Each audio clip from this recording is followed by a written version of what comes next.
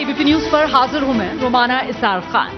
ABP news पर आज देश का बजट आने के बाद ये मंच हम आपके लिए लेकर आए, शिखर सम्मेलन भारत का बजट। आप देख रहे हैं आज सुबह से हमारे इस मंच पर पक्ष विपक्ष के दिग्गज आ रहे हैं। बजट की बारीकियों को लेकर हम चर्चा कर रहे हैं, बजट को लेकर जो विपक्ष की तरफ से सवाल उठाए जा रहे हैं और उन सवालों का जो सरकार की तरफ से जवाब दिया जा रहा है, वो सब आज दिन भर एबीपी न्यूज के इस मंच भारत के बजट के जरिए आपने देखा सुना। अब शिखर सम्मेलन भारत का बजट, हम अपने समापन सत्र की ओर बढ़ रहे हैं और इस सत्र में हमारे साथ बेहद सम्मानित मेहमान, जोरदार तालियों के साथ स्वागत कीजिए श्री जगत प्रकाश नड्डा जी। जेपी नड्डा जी हमारे बीच इस वक्त मौजूद हैं। आपको बता दूं, देश के स्वास्थ्य मंत्री हैं, दुनिया की सबसे बड़ी पार्टी भारतीय जनता पार्टी के राष्ट्रीय अध्यक्ष हैं और यहां इन दोनों बातों का जिक्र करना जरूरी इसलिए हो जाता है क्योंकि बीजेपी, भारतीय जनता पार्टी वो है जिसका ध्येय है व्यक्ति से बड़ा दल, दल से बड़ा देश, और सरकार जिसमें वो मंत्री हैं मोदी सरकार, उसका मंत्र ये है सबका साथ, सबका विकास, सबका विश्वास, सबका प्रयास। और ऐसे में ये बजट 2024 किस तरीके से ये अमृतकाल का सबसे महत्वपूर्ण बजट है और पार्टी और सरकार का जो एक ही लक्ष्य है 2047 तक भारत को विकसित भारत बनाने का, उस मार्ग को और मजबूत करेगा ये बजट। विस्तार से जानने के लिए, समझने के लिए, विश्लेषण के लिए जोरदार तालियों के साथ मंच पर आमंत्रित करेंगे श्री जगत प्रकाश नड्डा जी को। सर प्लीज मंच पर आ जाइए।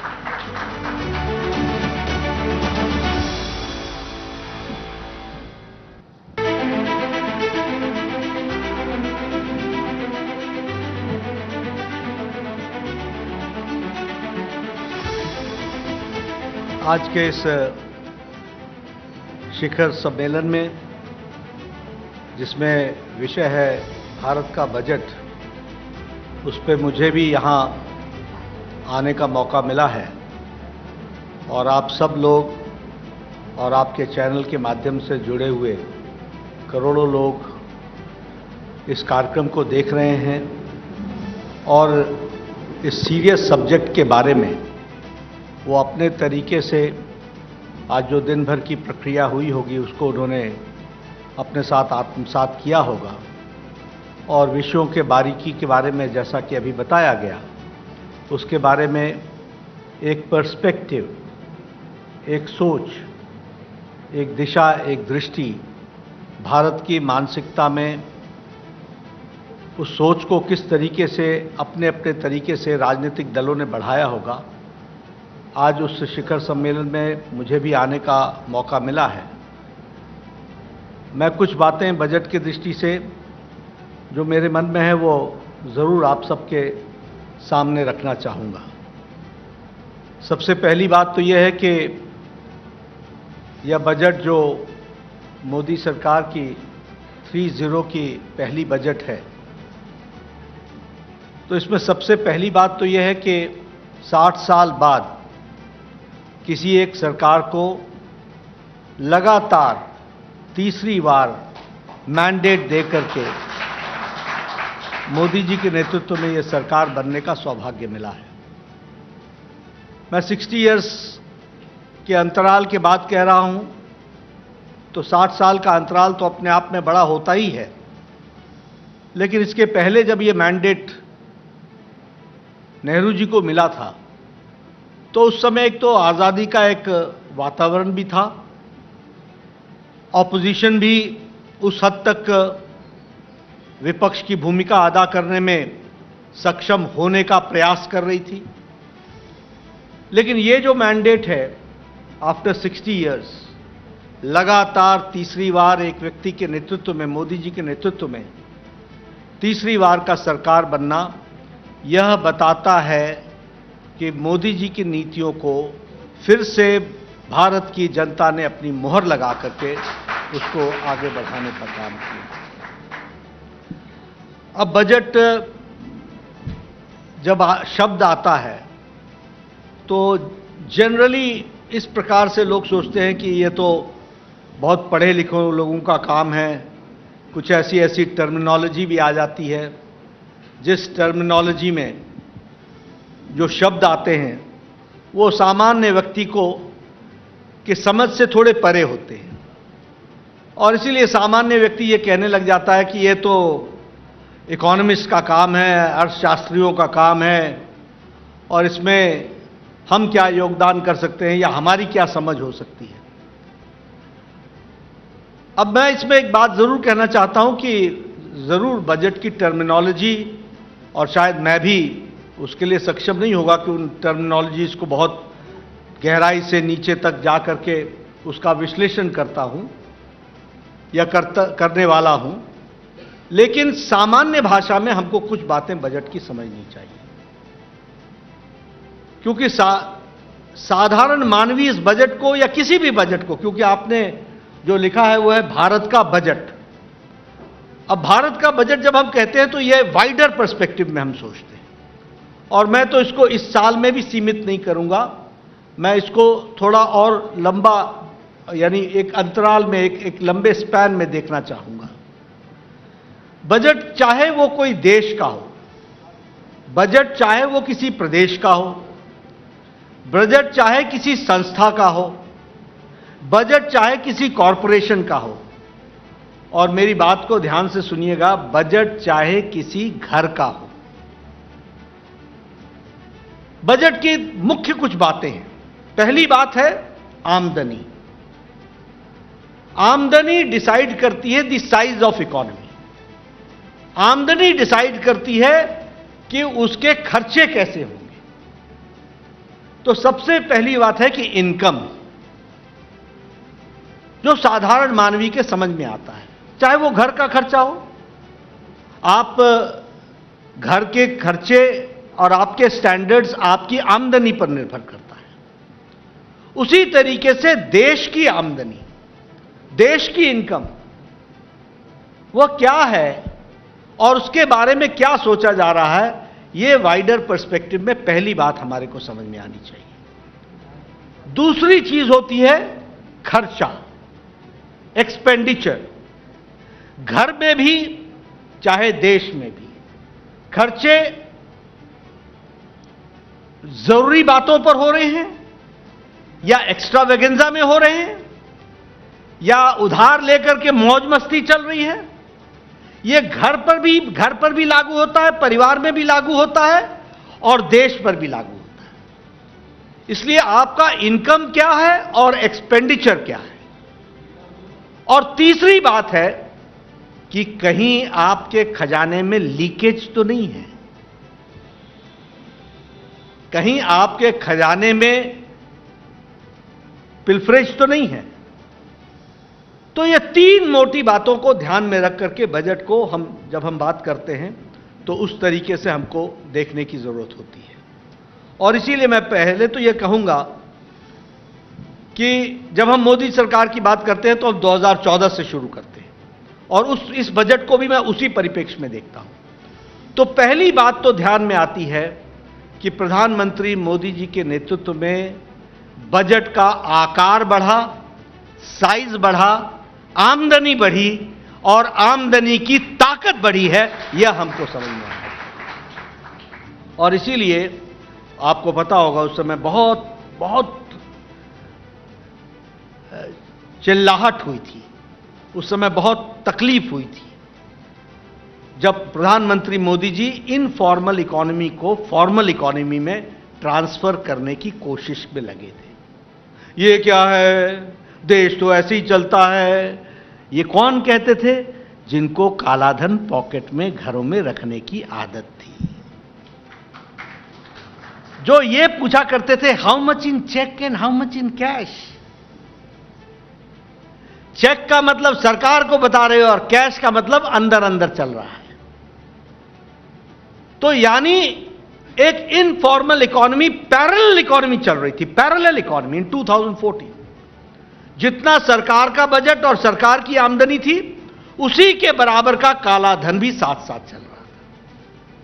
तो इस कारण से हम कहेंगे कि सबसे पहला स्टेप यह हुआ कि फॉर्मल इकोनॉमी में हम कन्वर्ट हुए और आपको मालूम होगा कि जिस दिन रात को 12 बजे प्रणब मुखर्जी जी, उस समय के राष्ट्रपति और प्रधानमंत्री जी ने बटन दबा करके जीएसटी को शुरुआत की थी, और ये जीएसटी कोई 2 दिन की उपज नहीं थी, ये 10 साल से ज्यादा की डेलिब्रेशन से निकली हुई उपज थी, जिसमें यूपीए की सरकार और सरकारें भी इन्वॉल्व थी। लेकिन उस समय उन्होंने विरोध किया, लेकिन जीएसटी आया, और जीएसटी के साथ साथ जो टैक्स कलेक्शन था, ग्रॉस टैक्स कलेक्शन था, मैं आपके सामने बताना चाहूंगा कि यूपीए के समय में वो 6.38 लाख करोड़ था, 6.38 लाख करोड़, और 2024 में वह कलेक्शन 23.37 लाख करोड़ हो गया। अब आपके हमें समझ में आता होगा कि आमदनी बढ़ाने की नीयत का असर क्या होता है। उसी तरीके से अगर आप देखिए जीएसटी, और जीएसटी के बारे में मैं एक बात और कहूं कि जीएसटी सिर्फ जीएसटी का जीएसटी कलेक्शन ही नहीं है, यह प्रोसीजरल रिफॉर्म्स भी है, और इस प्रोसीजरल रिफॉर्म्स के कारण देश के साधारण मानवी का भी बहुत पैसा बच रहा है। आप बताइए, आप किसी होटल में जाते थे, आप वहां पर उसके आपको सर चार्जेस लगते थे कि नहीं लगते थे? फिर आपसे बिल बनाने वाला बोलता था कि नहीं बनाना था, बिल देना है कि नहीं देना है, बिल कितने का बनाना है, बाकी ऊपर का करना है या नीचे का करना है, कहता था कि नहीं कहता था? अब ये रिफॉर्म्स जो टैक्स एट द ओरिजिन में ही टैक्स लगेगा, इसका अंतर क्या आया? इसका अंतर, मैं छोटी सी बात, आप सब देखते होंगे, आज से 5-7 साल पहले 50-50, 100-100 ट्रक हाईवे पर अपनी बिल्टियां कटाते हुए देखा था कि नहीं देखा था? ट्रक को 3-3 घंटे खड़े देखा था कि नहीं देखा था? दिल्ली से चलने वाला कैरेज मुंबई पहुंचने के वेले जब 5 बार वो बिल्टी की एंट्री कराता था, 3 बार एंट्री कराता था, हर स्टेट में एंट्री कराता था, कितना डीजल फूकता था, कितने मैन पावर्स खराब होते थे, कितना क्या होता था। यानी जीएसटी सिर्फ टैक्स कलेक्शन का ही विषय नहीं है, ये टैक्स के साथ साथ स्मूथनेस जो इकोनॉमी में आई, जो फास्ट अप्रोच के साथ जो इकोनॉमी में आई, आज जीएसटी कलेक्शन जो 2017 में 7.19 लाख करोड़ था, जीएसटी आने के बाद वो 20.18 लाख करोड़ हो गया। अब बताइए, हमारा साइज ऑफ इकोनॉमी बढ़ा कि नहीं बढ़ा? अगर बढ़ा तो हमारे सोच का अंतर भी पड़ा कि नहीं पड़ा? उसी तरीके से हमारा फिस्कल डेफिसिट, वह फिस्कल डेफिसिट जो 6.4% था, वो 5.6% पर आकर के इस समय है, ये भी हमको ध्यान में रखना चाहिए। और यहां से शुरू होती है हमारे आमदनी से खर्च की कहानी। अब हमारे बिग टिकट प्रोग्राम शुरू हुए, पहले क्यों नहीं हो पाते थे? और प्रधानमंत्री मोदी जी ने क्या कहा था? Speed and scale and with skill. और मुझे यह खुशी है आपको बताते हुए कि जब मैं स्वास्थ्य मंत्री 2014 में बना, तो हम सुनते थे यूएचसी, यूनिवर्सल हेल्थ कवरेज, और हमें ऐसा लगता था कि कभी हम यूनिवर्सल हेल्थ कवरेज दे सकेंगे क्या, हम उस लायक हैं क्या, हो पाएगा क्या? लेकिन आयुष्मान भारत दुनिया का सबसे बड़ा हेल्थ कवरेज प्रोग्राम बना, दुनिया का, world's largest. 55 crore people, 5 lakh पर फैमिली, 10 करोड़ 74 लाख परिवार, और गरीब परिवार, उनको हर साल 5 लाख रुपए का सालाना हेल्थ कवरेज मिला। और ये अब आप बताइए, ये बिग टिकट प्रोग्राम हुआ कि नहीं हुआ? और उसी तरीके से अभी भी हम लोगों ने इस बजट में कहा है, और उसके लिए हम आगे कार्य करेंगे, कि कोई भी व्यक्ति जो 70 साल से ऊपर का होगा, किसी भी आमदनी का, किसी भी जाति का, किसी भी इलाके का, किसी भी इनकम का, हायर ग्रुप हो, लोअर ग्रुप हो, मिडिल ग्रुप हो, सबको 5 लाख रुपए का आयुष्मान भारत की सपोर्ट मिलेगी। तो इस तरीके से हम आगे बढ़ने का प्रयास कर रहे हैं।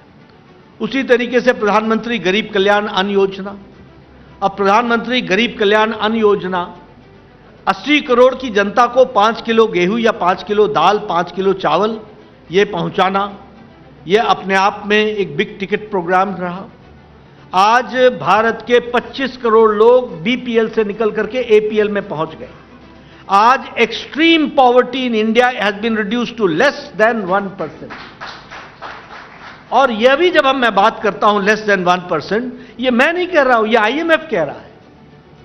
तो यह बदलता भारत हमको देखने को मिलता है। उसी तरीके से उज्ज्वला योजना। अब उज्ज्वला योजना के बारे में मैं कहूंगा, हेल्थ एंड फैमिली के सर्वेज आएंगे तो बताएंगे कि हमारे गैस के कनेक्शन के कारण गांव में, इलाके में पल्मोनरी डिजीजेज और हमारे लंग्स की डिजीजेज कम हो रही हैं और महिलाओं में कम हो रहा है। यह इसका हेल्थ इंपैक्ट है, इसको भी हमको समझना चाहिए। और हम उनको एम्पावर कर रहे हैं। मैं इस समय आपको वो कहानी नहीं सुनाऊंगा क्योंकि मैं तो गांव से आता हूं। मुझे मालूम है कि गांव में कैसे बहनें सुबह 4 बजे उठ करके जंगल में जाती थी, लकड़ी काटती थी, लकड़ी सुखाती थी, चूल्हा जलाती थी, फूकनी से लेकर के वो उसको आग जलाया जाता था, आंखों से पानी आता था, फेफड़े खराब हो जाते थे। आज एम्पावरमेंट 11 करोड़ लोगों को हमारे ये गैस का कनेक्शन दिया गया। उसी तरीके से उज्ज्वला योजना, उजाला योजना जिसमें हमने एलईडी बल्ब्स दिए, सौभाग्य योजना, 2.5 करोड़ परिवारों को बिजली पहुंचाई गई, 2.5 करोड़ हेलमेट्स में बिजली पहुंचाई गई।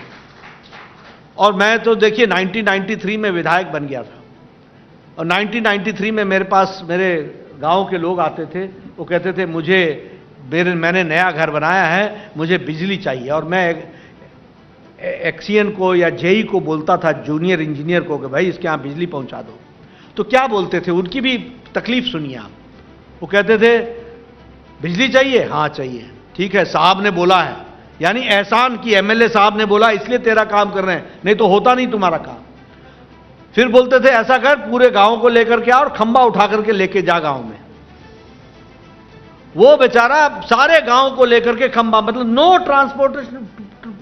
ट्रांसपोर्टेशन फैसिलिटी, खंबा लेकर के जाता था, खंबा वहां पहुंचता था, फिर बोलता था साहब पहुंच गया, अच्छा कितने मीटर बिजली ये तार लगेगी, 100 मीटर, ऐसा कर 50 का तू इंतजाम कर, 50 मैं तेरे को देता हूं। जैसे सरकार से देने का मतलब एहसान कर रहा है। यहां से हमने देखा है। और आज 2.5 करोड़ लोगों को सौभाग्य योजना में घर में बिजली पहुंचाई गई, यह हमको फर्क पहुंचना चाहिए। उसी तरीके से अगर मैं बात करूं स्कीम्स की तो बहुत सी बातें हो सकती हैं। आवास योजना की भी मैं बात करता हूं, यह भी मेरे से जुड़ा हुआ विषय है। मैं 1993 में जब एमएलए बना तो मेरा बीडीओ मेरे पास आके बोलता था, साहब नड्डा साहब आपको खुशखबरी सुनानी है। मैंने कहा सुनाओ भाई। बोला पहले चाय तो पिलाइए। मैंने कहा चाय तो वैसे भी पीना ही है, लेकिन सुनाओ तो सही। तो चाय पीते थे। आपको इंदिरा आवास योजना में 2 मकान मिले हैं एक पंचायत में, बोलिए ये 2 मकान मैं किसको दूं? मैं कहता था 1 अनार 100 बीमार।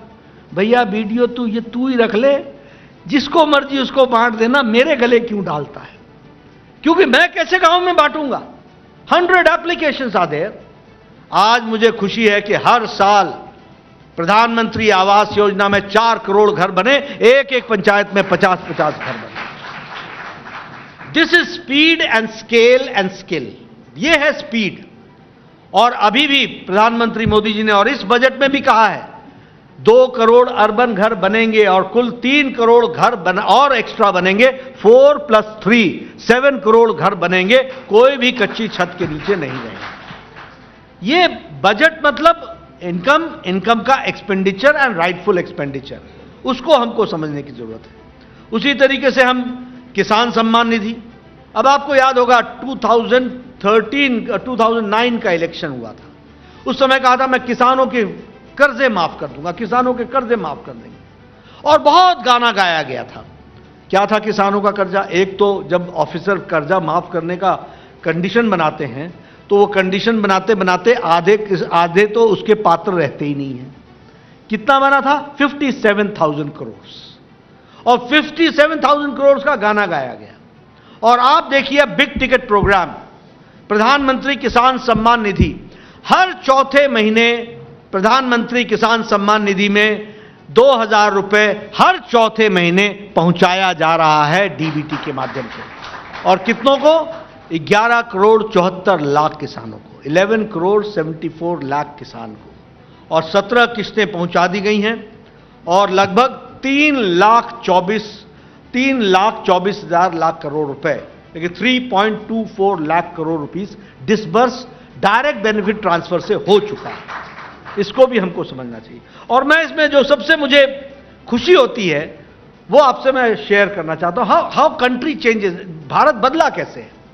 भारत इस तरीके से बदला है कि जब प्रधानमंत्री मोदी जी ये भी शायद 18 जून को उन्होंने किया, ये जो 17th इंस्टॉलमेंट किया, प्रधानमंत्री मोदी जी एक बटन दबाते हैं और 15 सेकेंड्स के अंदर 11 करोड़ 74 लाख किसानों के खाते में 2-2 हजार पहुंच जाता है।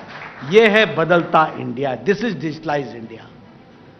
हम लोग जब विदेश जाया करते थे तो हम लोग को डिजिटाइजेशन के बारे में बताया जाता था और ऐसे बताते थे जैसे पता नहीं हम किस दुनिया से आए हैं शायद, और आज हम उसके चैंपियन बनकर के खड़े हैं। वो भी हमको ध्यान में रखना चाहिए।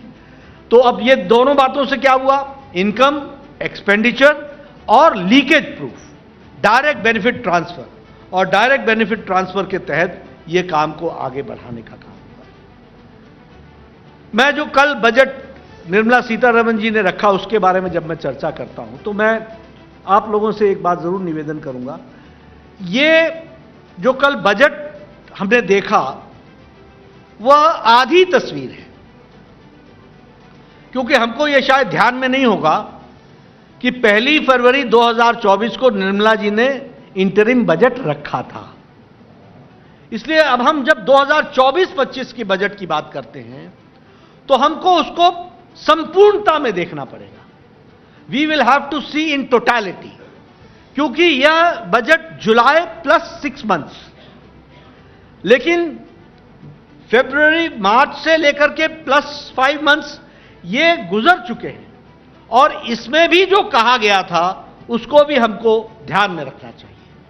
और मैं इसमें जरूर कहूंगा कि ये जो 24-25 का बजट है, जो दोनों मिला के है, इंटरिम बजट भी और ये वाला बजट भी, ये सर्व समावेशी है, इंक्लूसिव ग्रोथ है इसमें सस्टेनेबल डेवलपमेंट है, इसमें इकोनॉमिक रेजिलियंस है, आर्थिक अनुशासन है, फिस्कल डिसिप्लिन है इसमें, और यह विजनरी बजट है। और यह बजट टुकड़ों में नहीं है, पीस मील में नहीं है। यह जो हमने 2014 से जो कहानी मोदी जी के नेतृत्व में चल रही है उसमें यह जुड़ता हुआ बजट है, उसको यह ताकत देने वाला बजट है।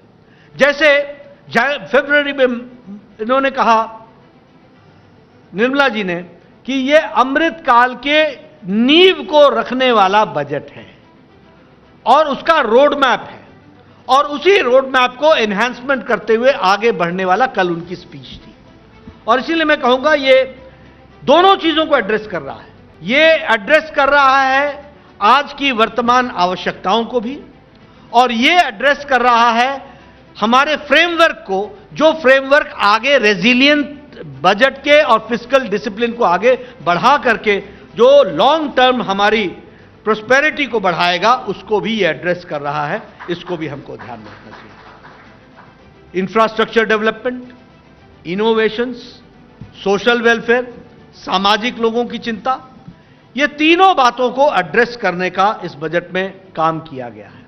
और ग्रोथ को एक्सेलरेट करने का, हमारे जॉब्स क्रिएट हो, इसकी चिंता की गई है।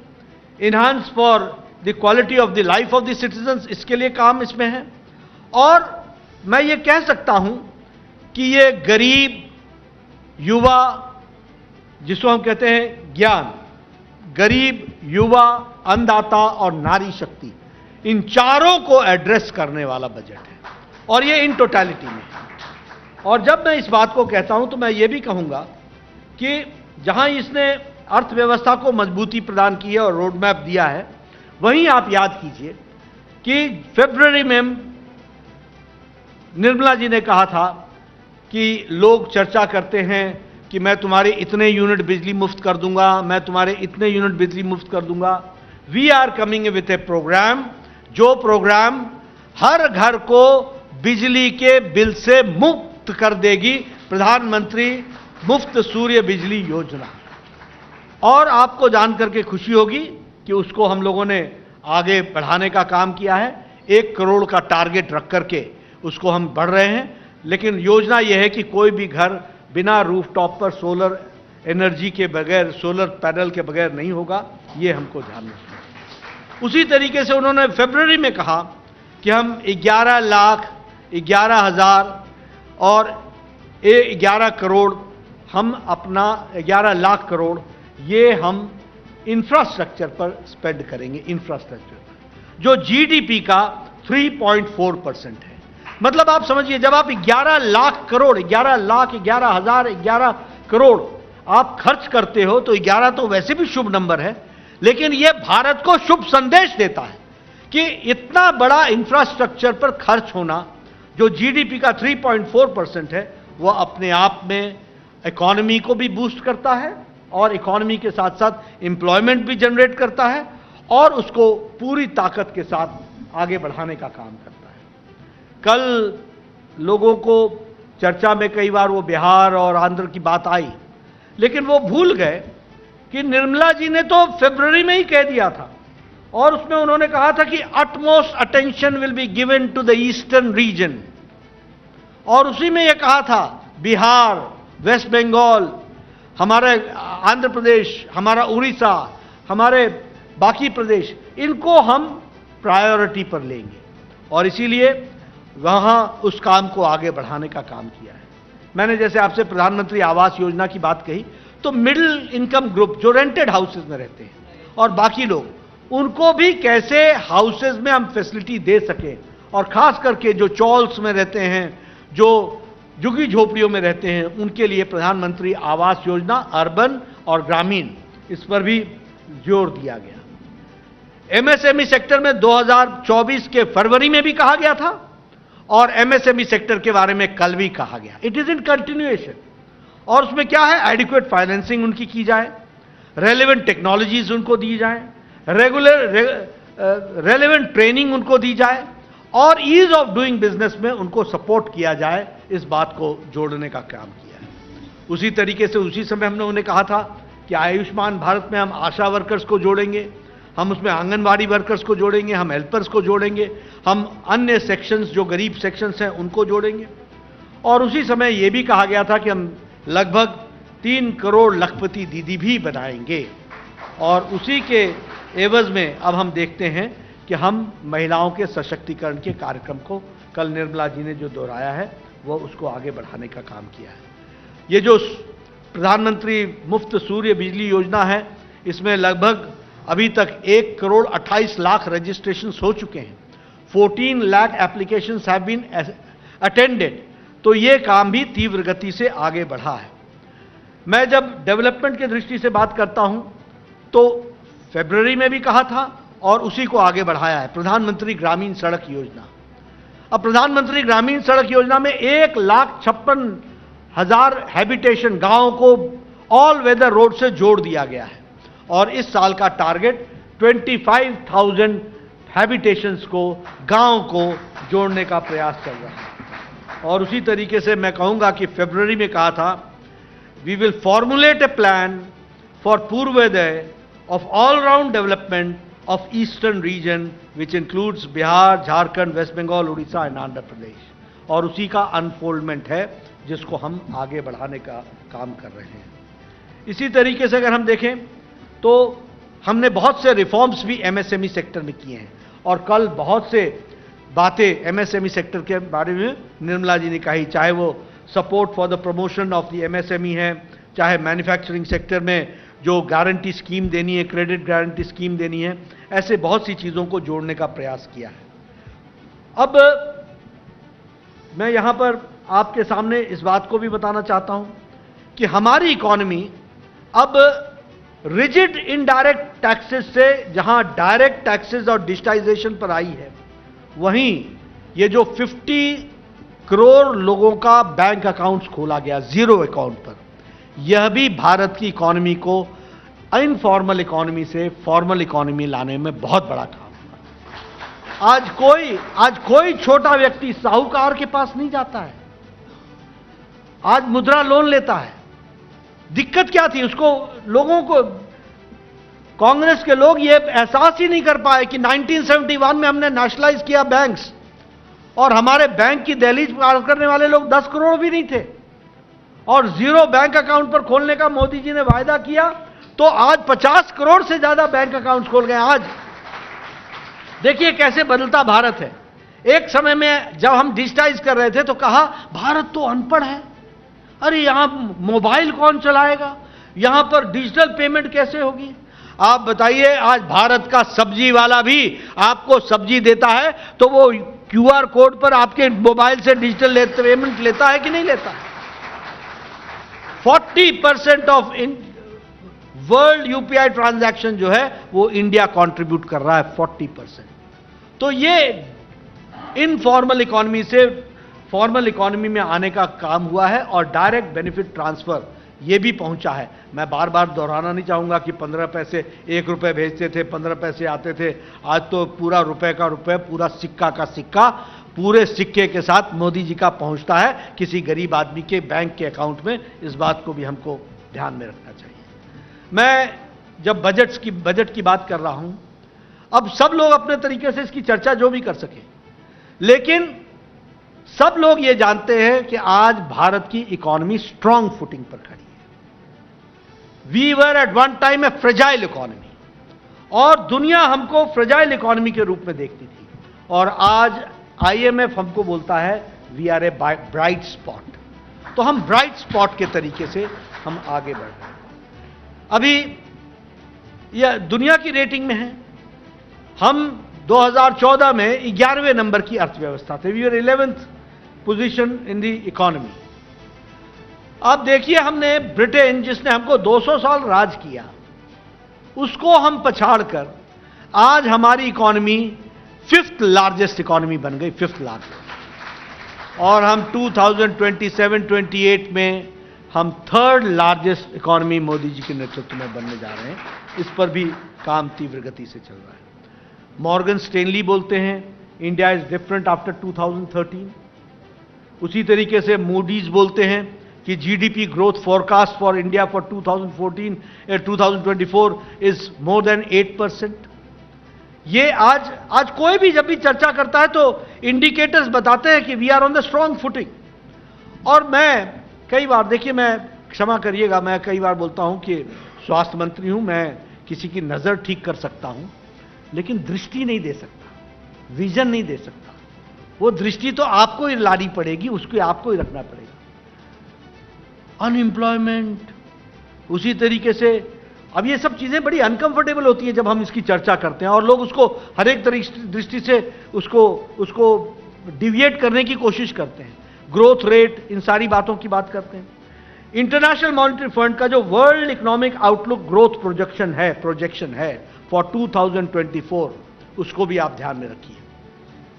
United states of America 2.7%, Germany 0.2%, France 0.7%, Japan 0.9%, UK 0.5%, India 6.8%।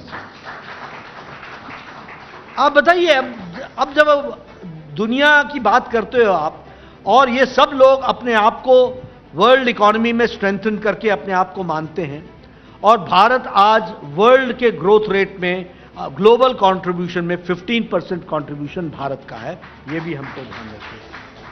हम इलेक्ट्रॉनिक्स में हमारी मैन्युफैक्चरिंग 6 टाइम्स बढ़ गई है।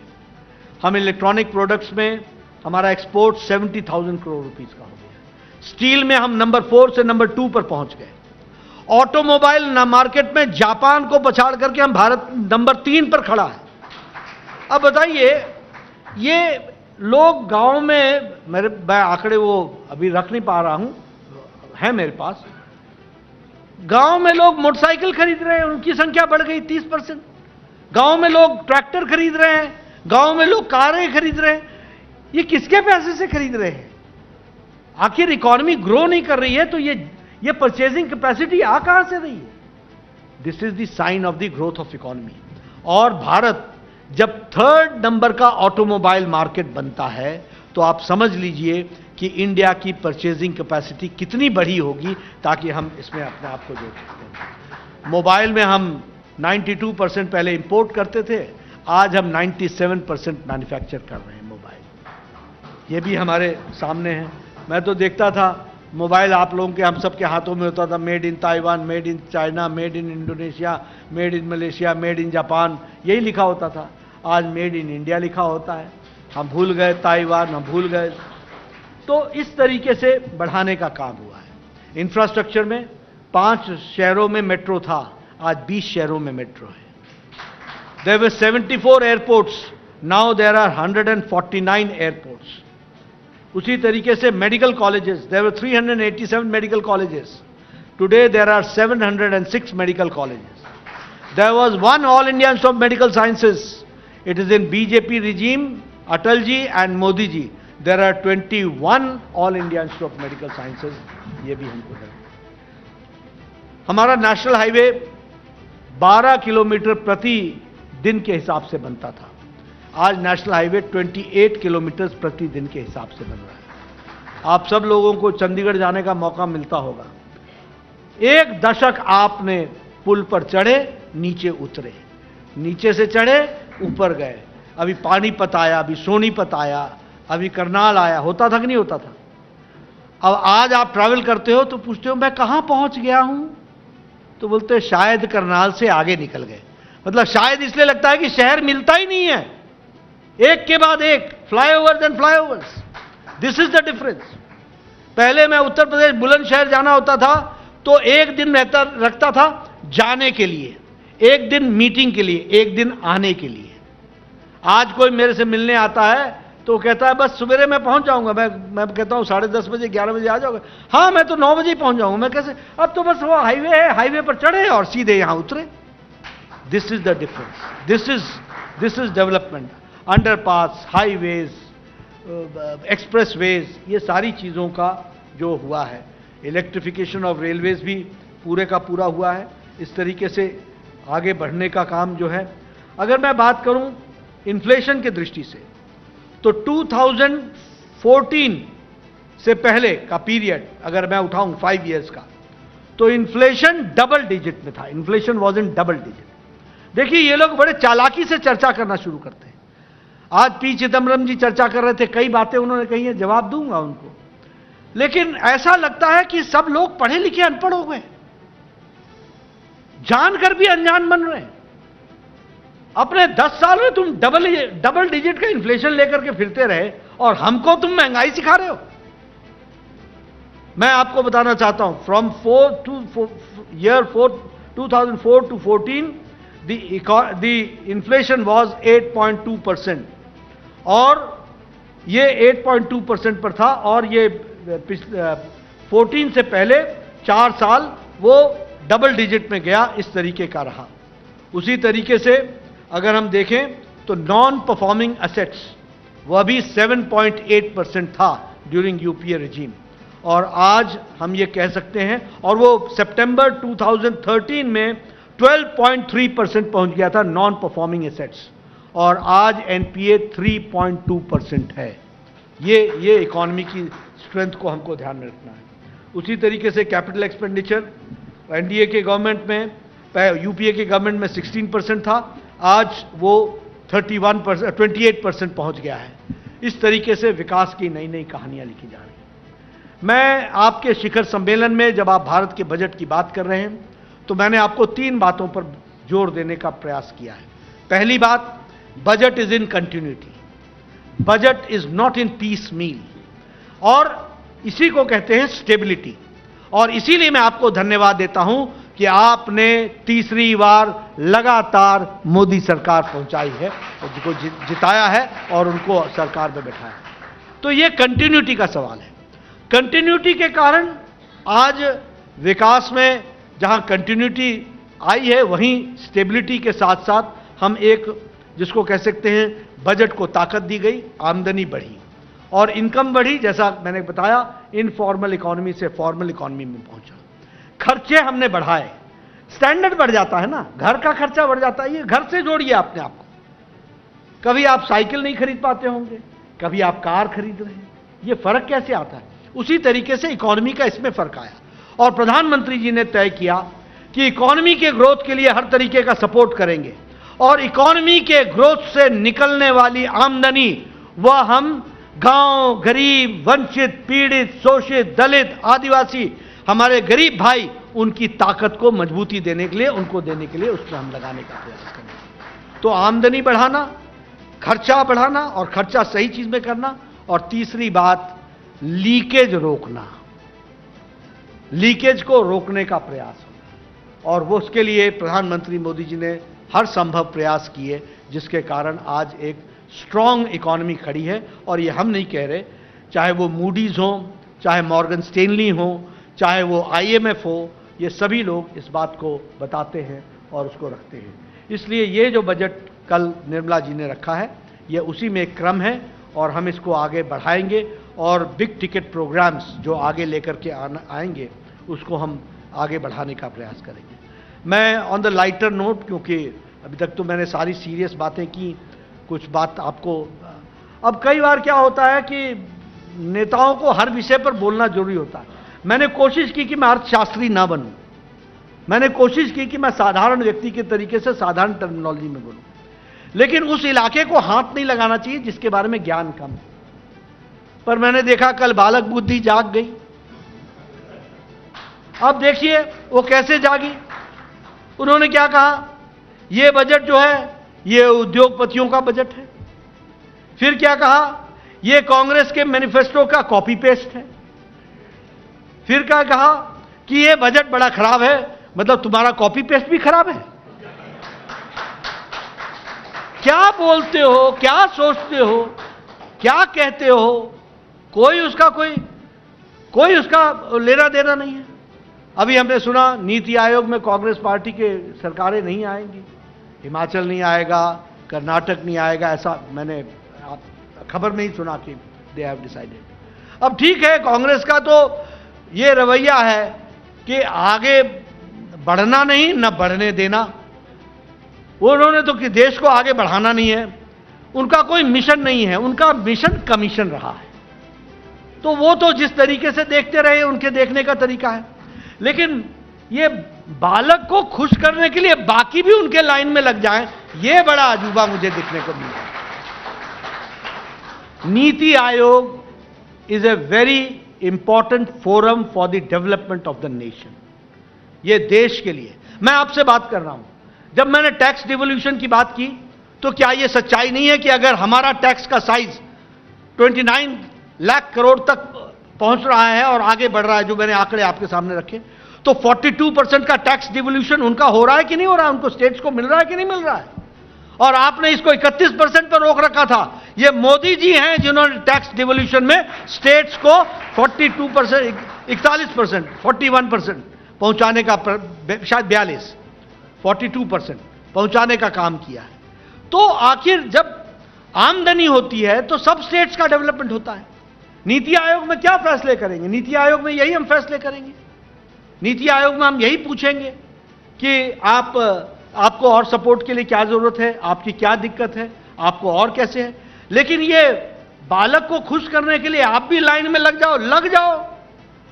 देश रुकने वाला नहीं है, ये याद रखिएगा।